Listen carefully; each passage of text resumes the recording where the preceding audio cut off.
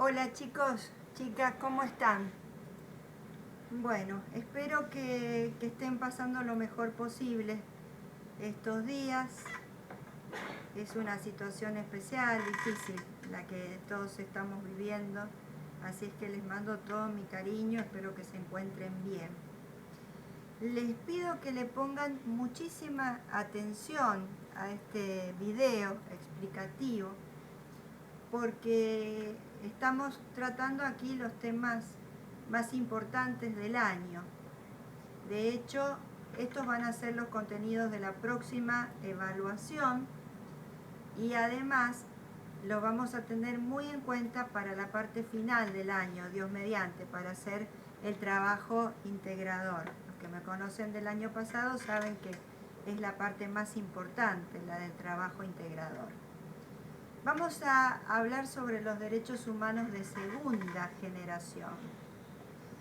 Estuvimos hablando en el video anterior de los derechos humanos de primera generación, cómo surgen en la Revolución Francesa y como todo proceso histórico, la Revolución Francesa no era solamente un hecho histórico, una batalla, un acontecimiento aislado, sino que es un proceso histórico que sigue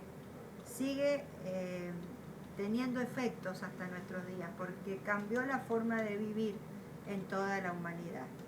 Y vimos cómo desde la Revolución Francesa nacieron los derechos humanos de primera generación, que son los derechos individuales, sobre todo la libertad y sobre todo la propiedad, sobre todo el derecho de propiedad, de tener un patrimonio, de tener bienes, de tener un terreno, una casa, un auto, dinero. La protección tremenda, que porque la Revolución Francesa la hacen los burgueses, esa nueva clase social, que le va a dar muchísima importancia a la propiedad privada, le va a dar mucha importancia a la libertad individual. Ya dijimos que la Revolución Francesa, como todo proceso histórico, tuvo sus aspectos positivos y negativos, y también desde el punto de vista normativo, estos derechos humanos de primera generación fueron muy importantes en su momento, porque antes nunca se habían reconocido por escrito, como pasó ahí en la Revolución Francesa, en la Declaración Universal de los Derechos del Hombre y del Ciudadano. Nunca se habían reconocido por escrito los derechos, nunca se les había dado una protección legal, y esto fue muy importante, porque de hecho es muy importante la libertad, es muy importante la propiedad, es muy importante el individuo, cada ser individual, irrepetible con sus derechos, con la libertad de optar entre una opción u otra. Es muy importante que eso esté protegido por la ley. Pero con el correr del tiempo se hicieron insuficientes, no alcanzó con la protección de los derechos individuales. Porque ¿qué pasó? En el nombre de los derechos individuales, de ejercer derechos individuales, comenzaron a haber abusos, comenzaron a haber violaciones de los derechos humanos, comenzaron a imponerse sistemas, como veíamos el año pasado, de ultraderecha, de ultraizquierda, donde se avasallan estos derechos individuales, donde no se tiene en cuenta el bien común. Este es el concepto principal. Aparece en el mundo el concepto de bien común y aparece a través de la doctrina social de la Iglesia Católica. Después de que transcurre la Revolución Francesa con todas sus etapas y con todos sus efectos hasta nuestros días, ya en la era contemporánea, ya entrando prácticamente en el siglo XX, a fines del siglo XIX, aproximadamente en el año 1850, empiezan los primeros efectos de la revolución industrial. En la actualidad estaríamos viviendo quizá una cuarta, algunos dicen hasta una quinta revolución industrial, por el avance impresionante de la tecnología. Estamos en un mundo que está cambiando, que está viviendo las transformaciones más profundas de su historia. Pero bueno, ya desde aquel entonces, en el año 1850, Inglaterra, Gran Bretaña, una isla con pocos recursos naturales, sí, muchos recursos ovinos, ganado ovino, mucha lana y mucho mar, un clima frío, inhóspito. Esto lleva a los ingleses, inclusive hay teorías sobre cómo se desarrollan los países de acuerdo a las condiciones geográficas. Esto llevó a los ingleses a que fueran muy astutos para los negocios, que buscaran a través de la navegación, a través de los mares, otros lugares para invadir de su imperio, que buscaran la posibilidad de autogestionarse, de tener sus propios recursos. Y van agudizando el ingenio hasta que aparecen dos inventos que cambian la vida de la humanidad. La máquina a vapor, el ferrocarril y el telar automático. Cambia el mundo, cambia la visión del mundo. Hay muchas películas antiguas que después, cuando llegue el momento de hacer el trabajo integrador, podrían buscar y podrían buscar estratos y hacer un trabajo. Hay una muy antigua película que se llama Qué verde era mi valle, y muchas otras que muestran cómo era el mundo. El mundo de la post-revolución francesa era un mundo verde en el sentido de que las personas vivían con la producción del taller familiar, el trabajo individual, esa pequeña empresa familiar, la producción, lo natural, y de pronto aparece el telar automático y reemplaza en esa industria tan importante, la industria textil en Inglaterra, reemplaza por telas de primerísima calidad en muy poquito tiempo y sin necesitar del trabajo humano, con precisión, a gran escala, en gran cantidad, sin necesitar del trabajo humano, mucho más lento, mucho más artesanal, mucho más sacrificado. Y esto fue terrible, en su momento fue terrible, porque claro, al mejorar esa producción de telas, mejorar esas producciones textiles, haber más exportaciones, más confecciones, cambió el mundo, sí, esto generó muchísimas riquezas, y ni qué hablar con el ferrocarril, que llevó progreso a lugares que estaban totalmente despoblados, inhóspitos, permitió transportar mercaderías y personas a mucho menos costo. Esto seguramente en economía lo van a estudiar mejor. Trajo un gran cambio. La revolución industrial, pero como todo proceso histórico, como todo cambio tan profundo en la humanidad, esta nueva era industrial tuvo sus aspectos positivos y tuvo sus aspectos negativos. Como aspecto positivo, fundamentalmente podemos hablar del progreso. La revolución industrial generó un progreso económico ilimitado, mucha riqueza, muchas importaciones, muchas exportaciones, mucha producción. Empezaron las fábricas a trabajar, a producir. Se generó un mundo nuevo, de muchísima riqueza, de muchísimo avance. Otro aspecto positivo, muy importante, fueron los nuevos descubrimientos.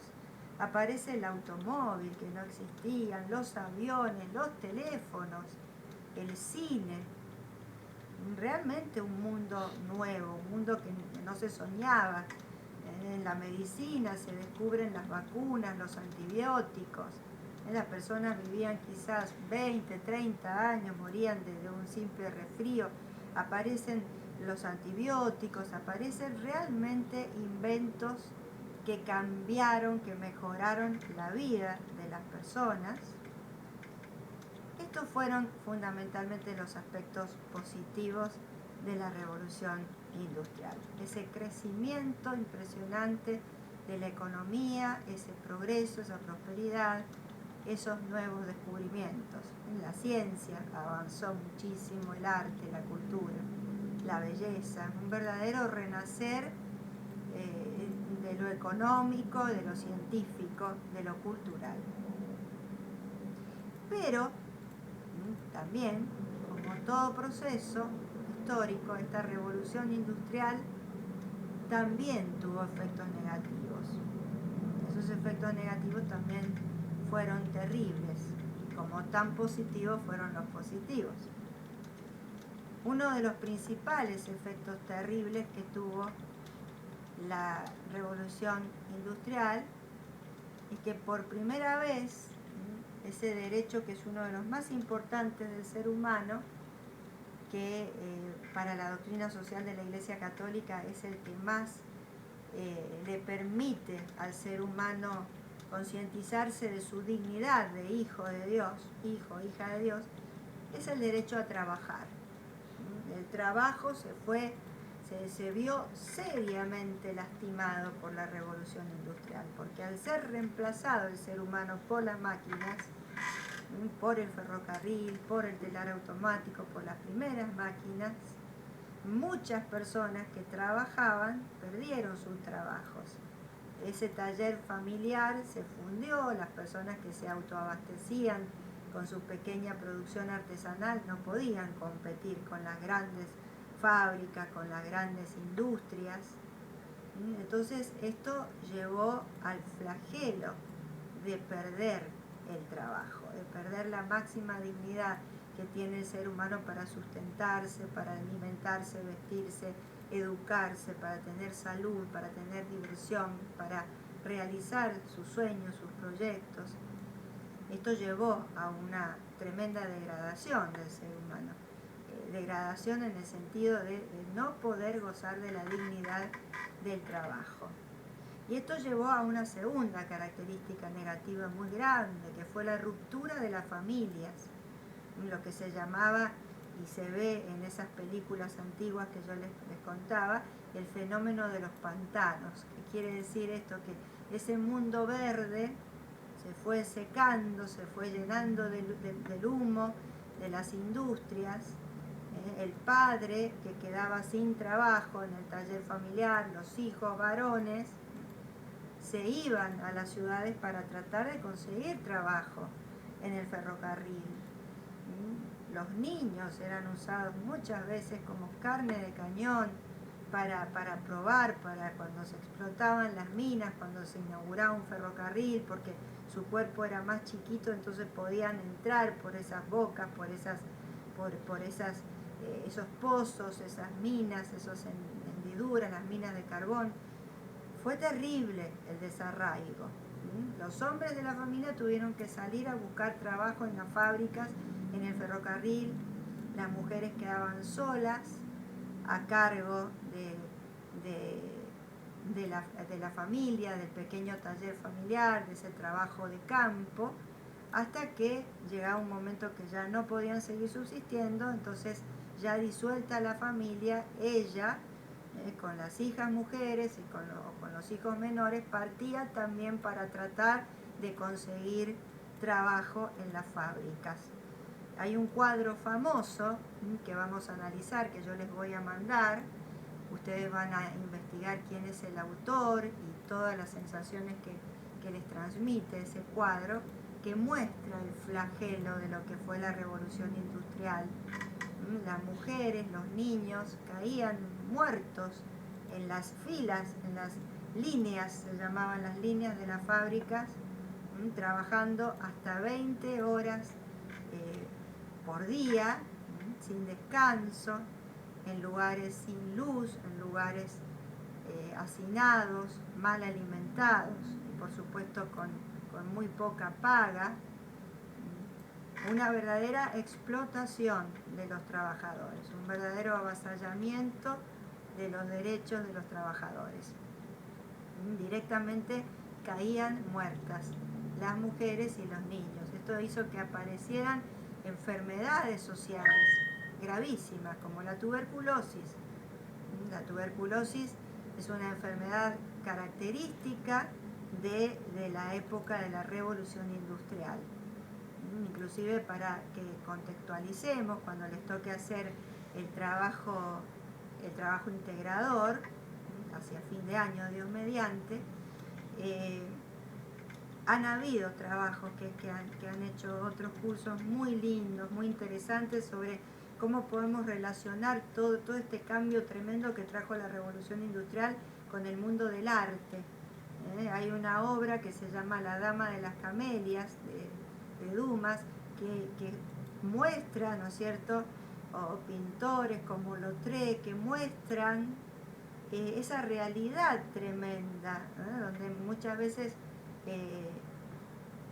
la mujer contraía estas enfermedades, la mujer y el hombre. Las mujeres buscaban la prostitución como un modo de subsistencia, y en la fábrica surgía la tuberculosis, una enfermedad de la pobreza, de la miseria, una enfermedad de la explotación, de estar en esos lugares húmedos, hacinados, sin protección de sus derechos.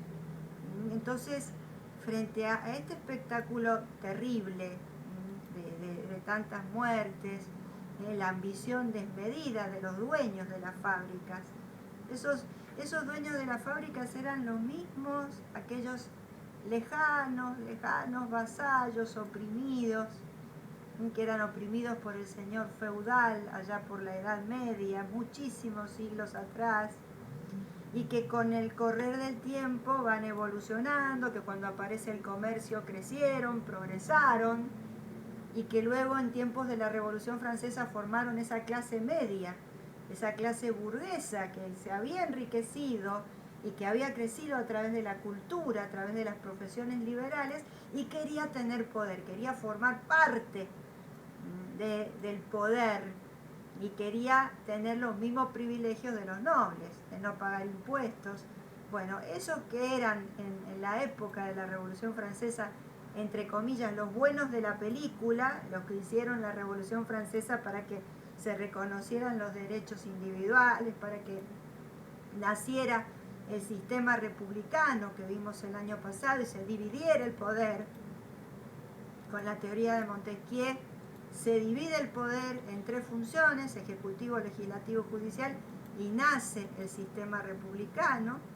Esa clase burguesa que era la buena de la película en la Revolución Francesa, con el correr de los siglos, en la Revolución Industrial se vuelve la clase mala, también entre comillas, porque los capitalistas, los dueños de las fábricas, empezaron a tener una ambición desmedida, empezaron a ver que la producción a gran escala que se lograba en las fábricas traía riquezas ilimitadas y traía progreso al mundo. Ya dijimos, nuevos descubrimientos, pero esos nuevos descubrimientos no estaban al alcance de todos, estaban al alcance solamente de los capitalistas, de los dueños de esas fábricas, de esas familias, mientras que los trabajadores terminaban muriendo, terminaban perdiendo todos sus derechos, explotados en las fábricas, hacinados en las fábricas.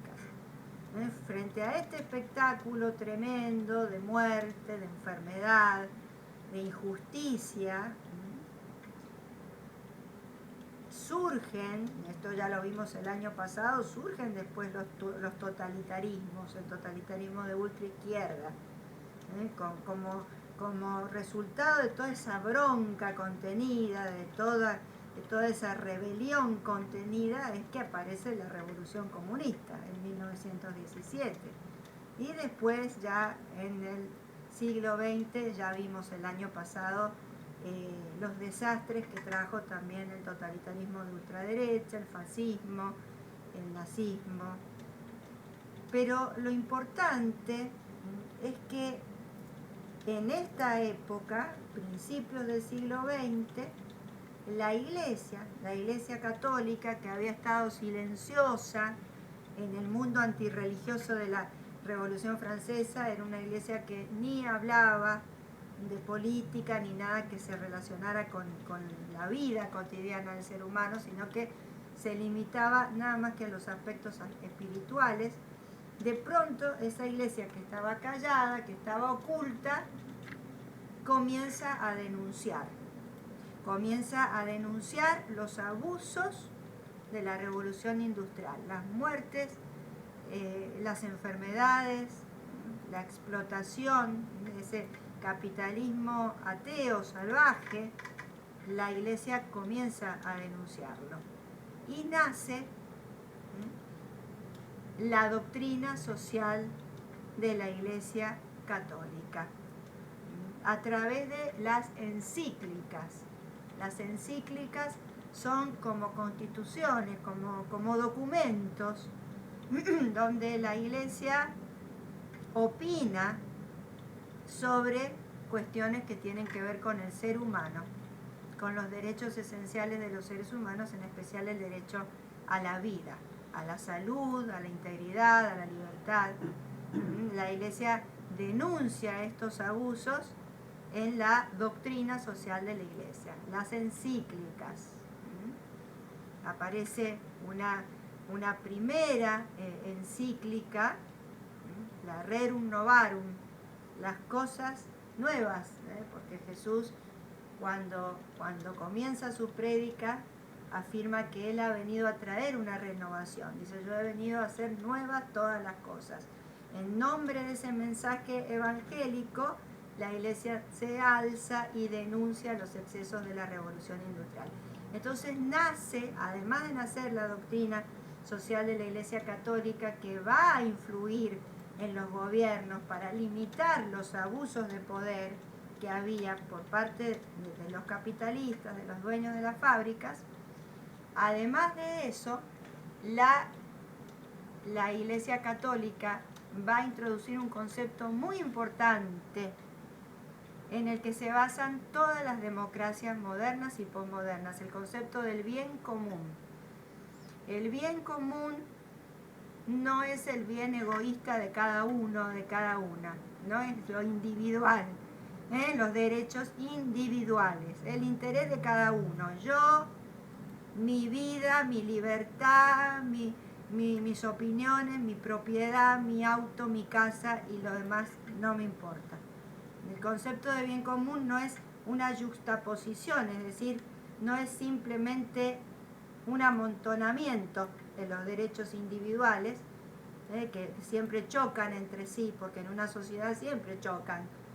Lo que le interesa a los docentes a lo mejor no les interesa a los empresarios, lo que les perjudica a los empresarios a lo mejor no les viene bien a los trabajadores. Hay intereses individuales que se pelean entre sí. Entonces el bien común une. Yo siempre doy un ejemplo muy burdo, que es el de una ensalada. En una ensalada están todos los elementos separados, la lechuga, el tomate, pero cuando viene el aceite y mezcla todo eso, hay un elemento de cohesión social, un elemento de unidad, que es el bien de todos, el bien de toda la sociedad, lo que interesa a toda la sociedad. Entonces, los derechos individuales empiezan a tener un límite con este concepto del bien común. Y ya no resultan suficientes los artículos, como el artículo 14 de nuestra Constitución Nacional, que enumera así cortito los derechos individuales. Dice, todas las personas tienen derecho a navegar y comerciar, peticionar a las autoridades, usar y disponer de su propiedad, libertad ambulatoria. Menciona los derechos individuales, pero no tiene en cuenta la sociedad, el todo, y en especial los derechos de los trabajadores. Este concepto lo introduce la Iglesia Católica, la doctrina social de la Iglesia Católica, el concepto del bien común, el bien de toda la sociedad. Tiene que ser la aspiración más importante en una democracia. Entonces todo esto, toda esta explicación, toda esta contextualización que yo les he hecho de lo que fue la revolución industrial, de lo que fue el nacimiento de la doctrina social de la Iglesia Católica, es para explicarles que en ese mundo que había cambiado, que dejó de ser el mundo excesivamente racionalista de la Revolución Francesa, del iluminismo francés, del liberalismo extremo, que ya sabemos el liberalismo defiende los derechos individuales, la propiedad privada, empieza a ser un mundo nuevo, donde se impone por los abusos, por las realidades terribles que ocurrieron con los trabajadores, especialmente las mujeres y los niños, eran los que más perecían en la revolución industrial, se impone un nuevo derecho, se impone que se reconocieran nuevos derechos, y así es como nacen los derechos sociales. Esos son los derechos humanos de segunda generación, los derechos sociales. Nacen desde la Iglesia, doctrina social de la Iglesia Católica, las encíclicas, y en lo normativo, en el derecho, nacen con la primera Constitución Social en 1919. Fíjense, principios del siglo XX. En 1917 había acontecido la Revolución Rusa, la Revolución Comunista, esa explosión en contra del liberalismo extremo, en contra del capitalismo extremo. Y ahí es donde se dicta esta Constitución de Weimar, que después en un trabajo práctico van a investigar cómo se dictó, dónde se dictó, por qué. Esta Constitución por primera vez habla de derechos sociales. Y ahí surge en el mundo jurídico, en el mundo del derecho, una doctrina, es decir, un conjunto de ideas que se llama constitucionalismo social. Nació el constitucionalismo social, es muy importante. Este movimiento jurídico, el constitucionalismo social, a partir de la Constitución de Weimar en 1919, se propuso como objetivo incorporar en todas las constituciones del mundo derechos sociales. Empiezan a aparecer en Alemania, en Francia, empiezan a aparecer en todos los países del mundo, en todas las nuevas, porque en el siglo XIX se habían formado los estados nacionales como los conocemos actualmente. Es cuando nace la Argentina, cuando nacen otros países de Latinoamérica, los estados nacionales como los conocemos actualmente se independizan, nacen en el siglo XIX. Bueno, a principios del siglo XX y antes de que vinieran las dos guerras mundiales, nace el constitucionalismo social, que exige que en las constituciones, que generalmente eran liberales porque habían nacido de la Revolución Francesa, ya dijimos que nuestra Constitución Nacional se inspiró en la Revolución Francesa, que se incorpore, repito este concepto porque es muy importante, se incorpore en las constituciones de los países los derechos sociales. Este fue el constitucionalismo social. Este movimiento se llama constitucionalismo social. Surge entonces 1919 en la Constitución de Weimar, pero ese proceso, siempre decimos que los hechos históricos no son aislados, sino que son un proceso, que la revolución industrial también es un proceso cuyos efectos recién hasta nuestros días se siguen sintiendo todavía, aunque ahora estamos asistiendo a esa nueva revolución industrial que es la tecnología. Ese proceso se manifestó en Argentina muchos años después, recién en 1949. En 1949 se hizo una reforma de la Constitución Nacional. Hubo varias reformas de la Constitución Nacional, pero hubo un análisis muy importante, una reforma en 1949, en tiempo del justicialismo de la primera hora. En tiempo del primer gobierno peronista, se recoge esta tendencia que venía en el mundo, que era el constitucionalismo social, y se incorpora en nuestra Constitución Nacional el primer artículo social, el artículo 14 bis. Léanlo profundamente. Después en otro video explicativo lo vamos a analizar, lo vamos a desglosar. Es muy importante. Es un artículo que protege los derechos de los trabajadores y también los derechos sociales, los derechos sindicales, los derechos de las personas a participar en las ganancias de las empresas. Esto es algo que escandalizó al mundo capitalista y que la doctrina social de la Iglesia lo ha defendido siempre. Es muy importante el artículo 14 bis, es una joya que viene a complementar el artículo 14, que es bueno, pero que era insuficiente, no estaba a la altura de las circunstancias de un mundo que cambió.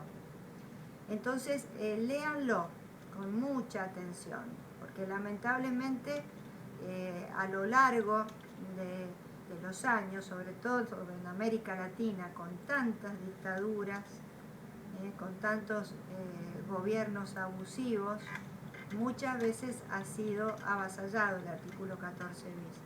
No se ha cumplido, como si hubiera sido letra muerta, inclusive hasta ha llegado a ser prohibido por los gobiernos dictatoriales. Entonces es un bastión, es una joya de la democracia el artículo 14 bis. Valórenlo, léanlo. Les pido fundamentalmente eso, este video escúchenlo otra vez, párenlo y vuélvanlo a escuchar y vayan complementándolo con el artículo 14 bis, vean cómo lo pueden resumir, cómo lo pueden sintetizar, porque va a ser el tema de la próxima evaluación y también son contenidos que vamos a utilizar, Dios mediante, a fin de año para el trabajo integrador. Entonces les pido que lo estudien mucho. Repito, sé que estamos viviendo todos momentos muy difíciles, así que les mando un beso grande, muy muy grande, bendiciones para ustedes y los suyos. Les mando un abrazo y nos vemos pronto. Traten de concurrir a la reunión que haga en Zoom, fundamentalmente para que hablemos, para que nos veamos, para que ustedes me planteen dudas, anótense inquietudes y aprovechen cuando tengamos el Zoom, que va a ser más adelante, para plantearme las dudas. Les mando un beso grande.